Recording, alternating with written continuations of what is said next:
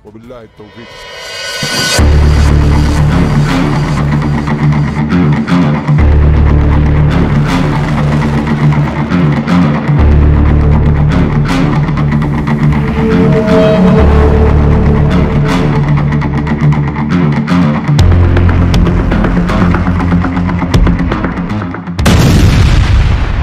पिछले 1 साल से समंदर में खौफ बरपाए हूती ने अपनी ताकत में बेतहाशा इजाफा किया है।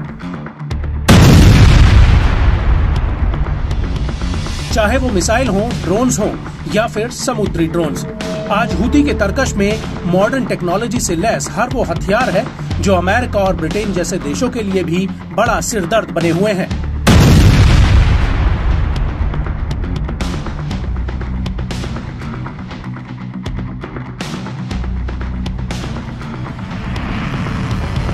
हूती अपनी लंबी दूरी की मिसाइलों और ड्रोन्स की बदौलत इजराइल के भीतर तेल अवीव तक मार करने में सक्षम है।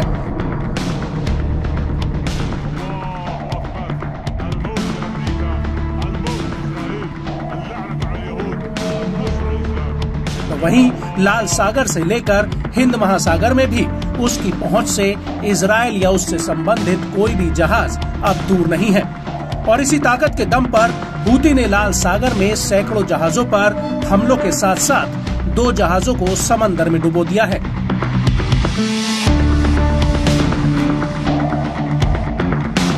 और एक पर उसके लड़ाकों ने कब्जा किया हुआ है।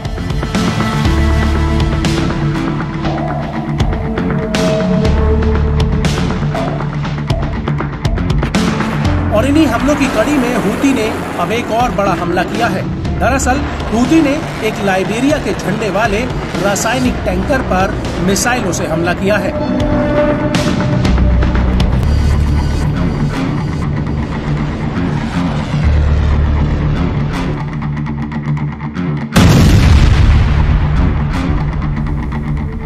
ये जहाज लाल सागर में पूर्वी अफ्रीका के तट से गुजर रहा था, जिस पर हूती के लड़ाकों ने एक मिसाइल से हमला किया, जिससे जहाज क्षतिग्रस्त हो गया है।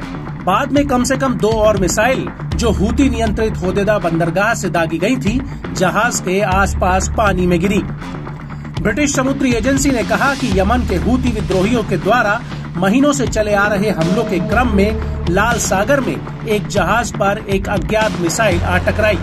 यमन के हूती विद्रोहियों द्वारा जहाज को निशाना बनाकर कई संदिग्ध हमले किए गए। ब्रिटिश नौसेना द्वारा संचालित United kingdom maritime trade operations यानी UKMTO ने कहा कि जहाज के मालिक ने अज्ञात प्रक्षेप की चपेट में आने की रिपोर्ट दी है और जहाज को नुकसान हुआ है। कोई आग लगने या हताहत होने की सूचना अभी तक नहीं है।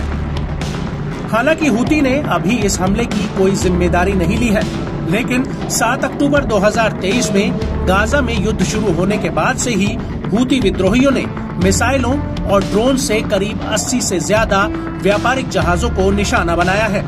इन हमलों में एक जहाज को जब्त कर लिया गया है और 2 को डुबो दिया गया है, जिसमें 4 नाविकों की मौत भी हो गई है। हूती का कहना है कि जब तक गाजा में हमास के खिलाफ इजराइल के हमले बंद नहीं हो जाते, तब तक इजराइल अमेरिका और ब्रिटेन से जुड़े जहाजों को निशाना बनाते रहेंगे।